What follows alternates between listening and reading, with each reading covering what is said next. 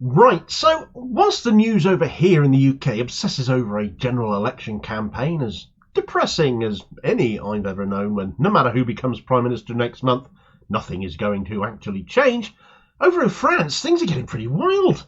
I'm not talking about yet more protests or people threatening to go for a poo in the Seine as a protest against the upcoming Olympic Games after Emmanuel Macron said he'd be prepared to swim in it, as if it wasn't polluted enough already.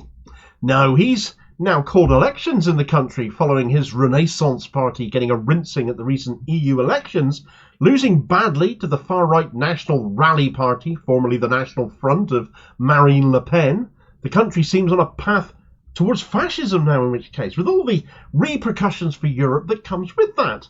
But the reaction to this, especially amongst other parties, is something we never see over here. And frankly, all bets are off right now as to how things are actually going to go.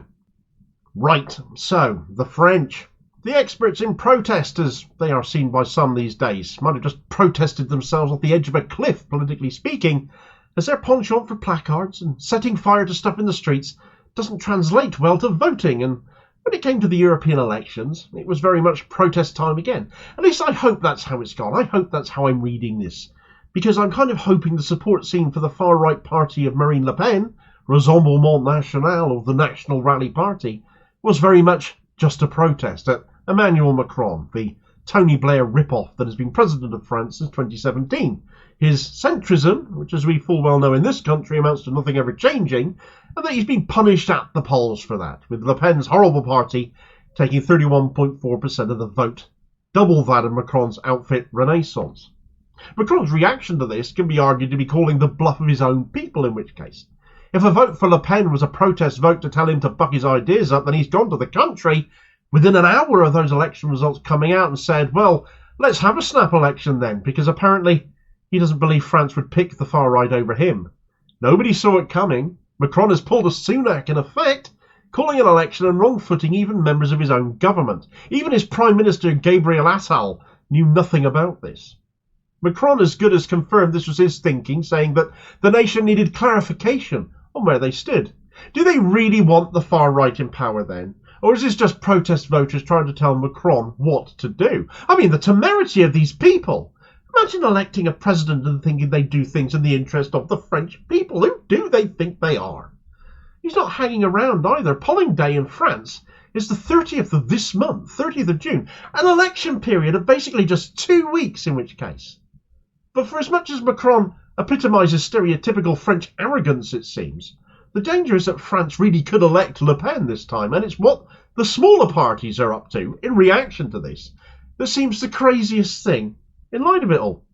For one, there's been a sense of panic. You can understand it with such a short election period. Parties literally only had until this weekend just gone to get candidates in place, decide strategies.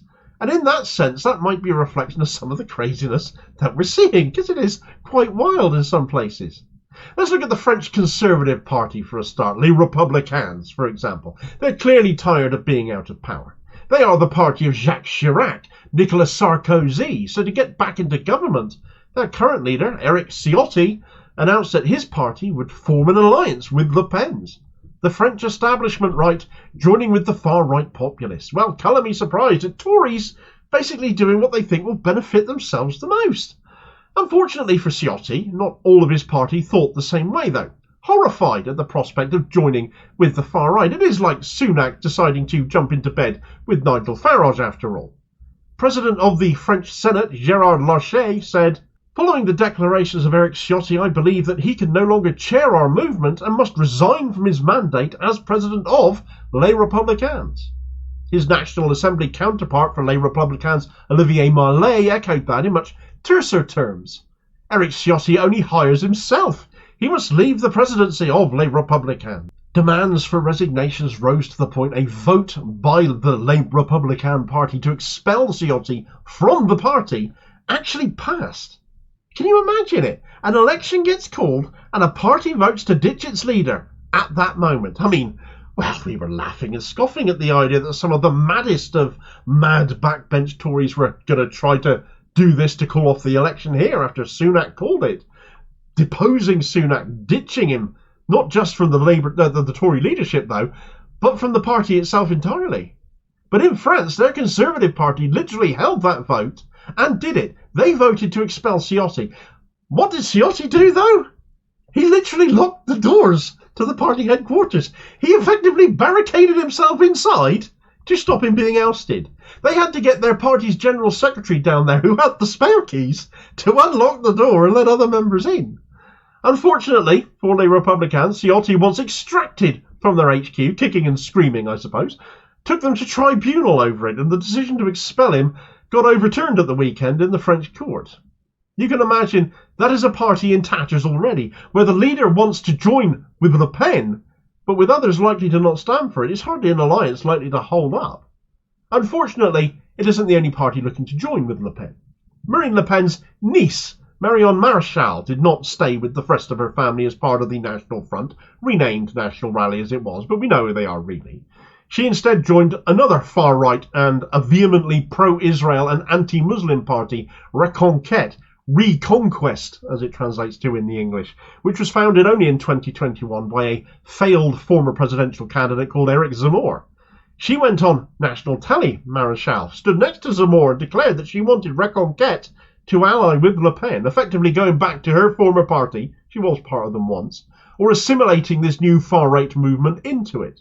Perhaps that was always the plan. But she did so without Zemmour being consulted, and it's his party. Although this apparently fell through, as Anti-Marine's party said no, though they are still interested in allying with Les Républicains, a much bigger party and also a more mainstream one, which would give the far right a veneer of being slightly less fascist and slightly more acceptable, I guess. Allegedly, the condition for an alliance with Maréchal was that Zemmour had to go. Too nasty even for Le Pen, is he? Being his party, though, that wasn't really going to happen, so it's all fallen through. But what about the left then, Dama? Well, how often is it said that the left splits itself and pulls itself apart and that they can never get organised? France is proving that also isn't necessarily true, and perhaps gives France a chink of hope in all the bleakness going on. The four main left-wing parties in France, the Socialist Party, the Green Party, the Communist Party and Les France Insoumises, France Unbowed, have all come together under one banner to form another coalition of the left called the Popular Front. I say another because this has happened in the past and has been called the same thing. We've seen left-wing alliances called the Popular Front before. It nearly didn't get off the ground this time, though, as the lead candidate for the Socialist Party in the European elections, a guy called Raphael Gluckman, tried to stop it unless certain conditions he wanted were met, but got completely ignored by his own party, no less, and they went with it anyway. So now Macron, therefore, finds himself sat in the centre ground, which stands for nothing, versus a strengthened right wing and a strengthened left wing. He thought he was throwing down a gauntlet to the far right, but as is so often the case with centrists, they ended up ushering them in instead. He appears to be done for. We can hope, I suppose. He hasn't exactly been a shining example of leadership and being a man of the people, has he, with all the protests that we've seen in France for years now. He was a man who wanted to make politics all about nothing changing, very much as Starmer is now here in the UK, that political strength was always going to be found from the middle ground that doesn't really ever exist. And by delivering what they see as stability, by which doesn't work for so many, the parallels between what is happening in France and here stand out. Keir Starmer is set to become the Prime Minister and will do nothing different from the Conservatives. With both parties set to have failed the country as in 5 years' time will no doubt show, France is arguably heralding now what we could well see here in 2029, with the likes of Nigel Farage on our screens all the time now, with Reform now polling above the Tories in what may prove to be an outlier poll but might not, with fools frankly cropping up in comments on videos just like this one, saying vote Reform with nothing else to say, when frankly I would sooner bleach my own eyeballs, with Tory MPs openly considering alliances with or allowing Farage to take over as their leader post-Sunak. The path is being paved for the far right here too.